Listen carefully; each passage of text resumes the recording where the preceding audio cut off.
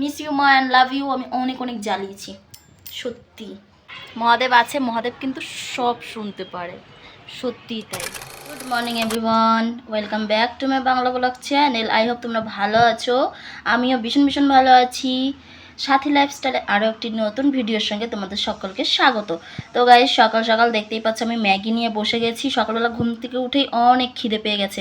আর আজকে যেহেতু ঈদ, সবাইকে কিন্তু ঈদ মোবারক। যেহেতু রেডি সেডি হয়েছিলাম, তো আজকে সকালটা ঠিক আমাকে এরকম ওই কী যেন বলে, ওটা যেন কী যেন চন্দ্রমুখীর মতো লাগছে আমার চোখ দুটো। যাই হোক, আমি এই জন্যই না আমি বেশি কাজল পরতে চাই না, জানো তো। আর এই যে এই বোতলটা আমরা কালকে মানে আমরা যেখানে গেছিলাম খেতে রেস্টুরেন্টে, ওইখানে এরকম বোতলে জল দেয়। তো এই বোতলটা এনেছিলাম। বোতলটা কিন্তু কাচের, তোমাদেরকে দেখাই, আওয়াজ দেখেছো? এই বোতলটা যে কাচের, বোতলটা আমরা নিয়ে এসেছি। খুব কিউট না বোতলটা? তো চলো এখন আমি খাই ম্যাগি। টাটা, পরে দেখা হচ্ছে আবারও।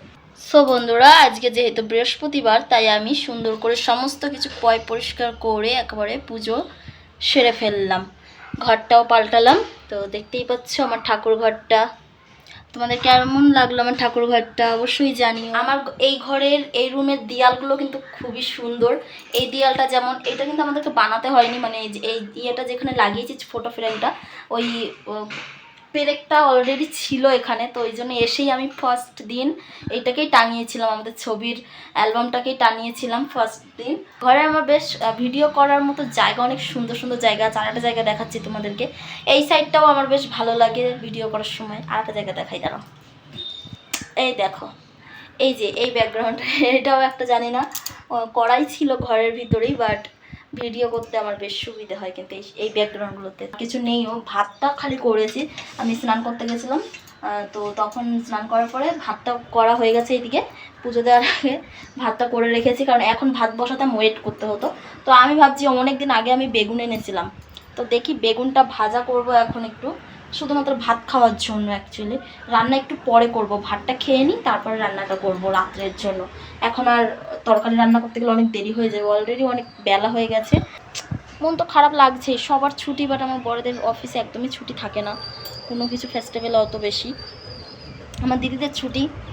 আমার বর থাকলে হয়তো আজকে অন্য কিছুই হতো, দিনটা আরও সুন্দর হতো, ভালো হতো। যাই হোক, একা একা আর কী দেখাবো, কত কিছুই বা দেখাবো, রোজ রোজ একই জিনিস ভালোও লাগে। দেখো, এইদিকে বেগুন ভাজা চাপিয়ে দিয়েছি, আর এইদিকে আমি আর একটা কাজ করছি, সেটা হচ্ছে একটুখানি পেঁয়াজি ভাজা করব। পেঁয়াজ কেটে নিয়েছি, অর্ধেক পেঁয়াজ, সেটাই এই দুটো তিনটে করব, কারণ শুধু বেগুন ভাজা দিয়ে ভাত আমার একদমই পেটে যাবে না। আর ডিমও নেই যে আমি ভাজা করব, আজকে বলতে হবে ডিমটা নিয়ে আসতে। যাই হোক, আমি এমনি বেগুন ভাজা কিন্তু পছন্দ করি না, কিন্তু এখন কি আর করা যাবে, তাড়াতাড়ির জ্বালায় করতে হচ্ছে। ভাবছি এই যে আমি বেগুনটা রেখে দিয়েছি, এই বেগুন দিয়ে আর কিছু করব না, আজকে আসুক একটুখানি বেগুনি করব ভাবছি রাত্রেবেলা।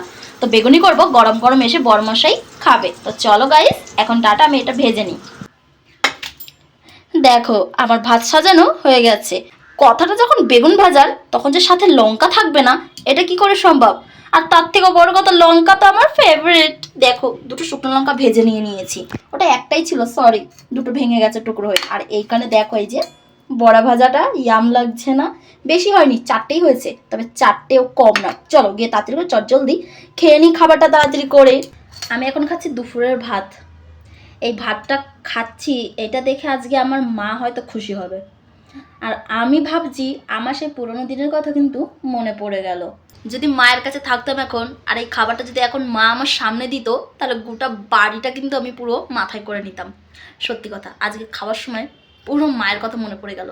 কতই না জ্বালিয়েছি মাকে আমরা, মানে আমি এত পরিমাণে জ্বালিয়েছি খাওয়া দাওয়ার দিক থেকে। কোনো সময় স্কুল থেকে এসে যদি দেখতাম না যে মা ডাল আর আলু সিদ্ধ করেছে, আমি তো রেগে ভাতই খেতাম না। আর আমার মা সেই চিন্তায় সে কতটা দূরে, ওই দুপুরবেলা, তখন ওই 3টে সাড়ে 3টে বাজে, ওই টাইমে তো দোকান খোলে না, দোকান 4:30 5টার সময় খোলে।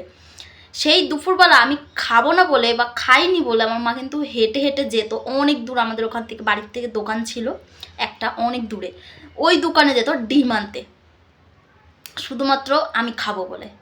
আমার ওই ডাল পছন্দ হচ্ছিল না, ডাল আর আলু সিদ্ধ করেছিল। আরও অনেক, মানে অনেক অনেক অনেক অনেক খাবার দেখে আমি এরকম করতাম। এই বেগুন ভাজা যদি পাতে পড়তো, মাকে তো সেই কী কথাই না শুনিয়েছি, কারণ বেগুন ভাজা আমি আগা করে জীবনে খাই না। আমি শুধু বেগুনের ভর্তা যেটা মা করতো ওই ভর্তাটা ছাড়া আমি আর কোনোদিনই বেগুন খেতামই না।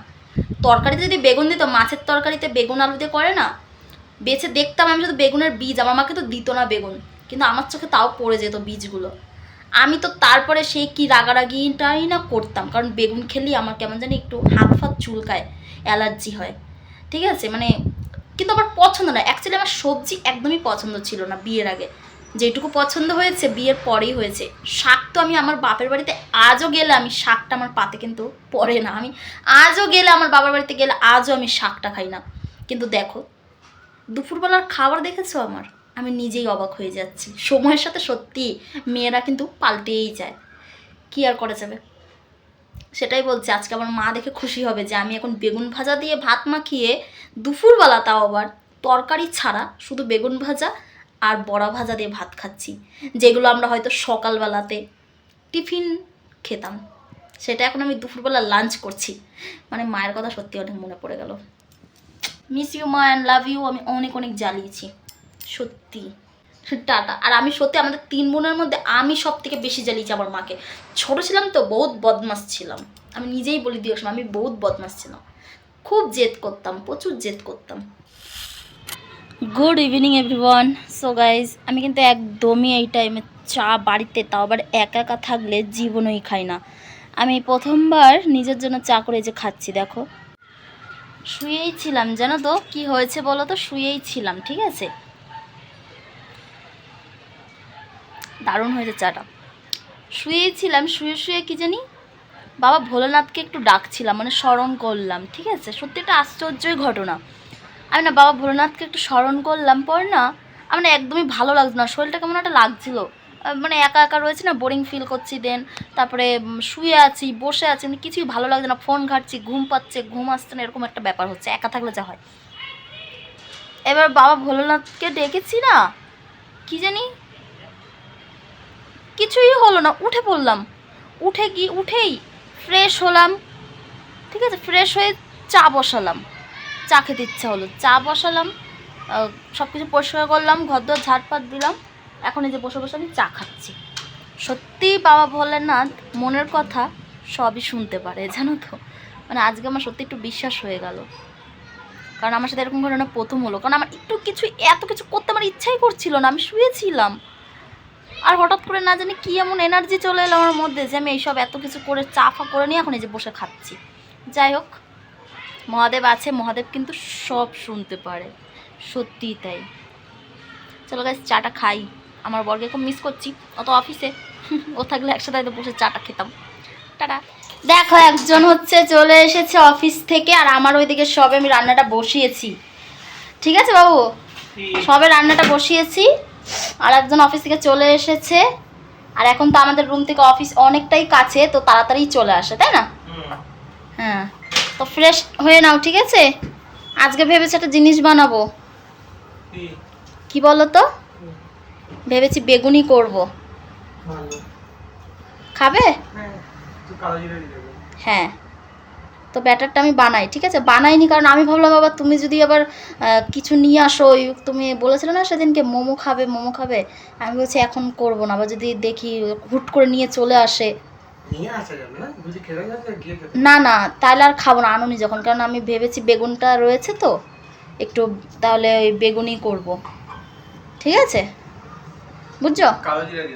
হ্যাঁ, তো এখানে আছে এই যে আমার এখানে মশলাটা কষছে, এদিকে আমার সব প্রিপারেশন হয়ে গেছে। যে আলু আর সয়াবিন হচ্ছে ভেজে নিয়েছি, এখানে মশলাটা কষছে। আর আরেকজনের তো ফেভারিট বাবু জল শেষ হয়ে গেছে, তুমি কি জানো সেটা?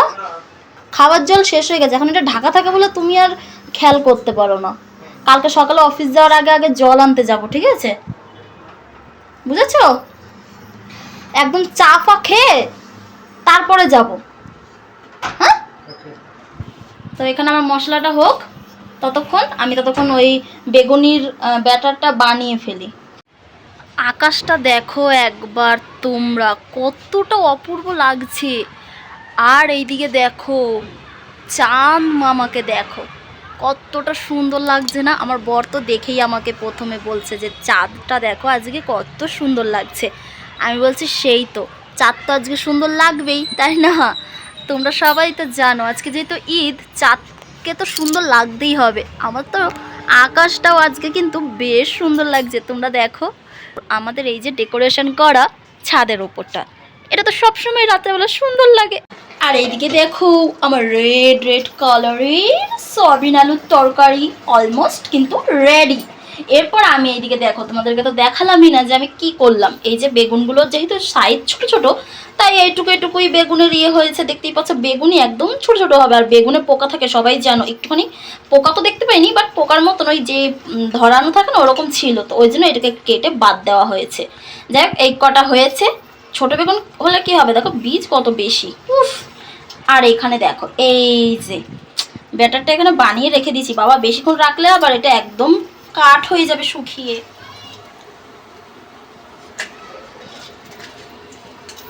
ওটা বন্ধ করে দাও। চলো গাইজ, এখন আমরা এই যে খাবো। এখানে রুটি করা হয়ে গেছে, এখানে ভাত আছে আমার। রুটিটা একবার দেখিয়ে দিই তোমাদেরকে। এই যে রুটি, আর ওই যে একজন আইপিএল দেখছে এখন, মানে দাঁড়িয়ে বসে সব কিছু খেতে খেতে সব কিছুতেই আইপিএল দেখছে। তুমি কাকে সাপোর্ট করছো আজকে? হ্যাঁ আজকে মুম্বাই। মুম্বাই। ব্যাঙ্গালোর থেকে তুমি মুম্বাইকে সাপোর্ট করছো? এরকম ব্যাপার, দাঁড়াও তোমার নামে আমি কেস ঠুকে দেবো। তো চলো গাইস খেয়ে নিই। চলো গাইস, আমি তো এসব খেলামেলা সত্যি বুঝি না অত, আমি দেখিও না, পছন্দও করি না। খাওয়া দাওয়া করে নিই এখন রাত্রেবেলার। এখন কিন্তু 9:20, 9:10-20 এরকম বাজে। তো চলো ডিনারটা সেরে ফেরি। আর এরপর তো আর কোনো কিছু কাজকর্ম নেই। হ্যাঁ, এরপর আমি একটু লাইভে আসবো, দেন শুয়ে পড়বো। তো চলো আজকের ব্লগটা এই পর্যন্তই। তোমাদের ভালো লাগলে অবশ্যই লাইক কমেন্ট শেয়ার সাবস্ক্রাইব করতে কিন্তু একদমই ভুলবে না। তো চলো টাটা বাই বাই, দেখা হচ্ছে নেক্সট ব্লগে। টাটা।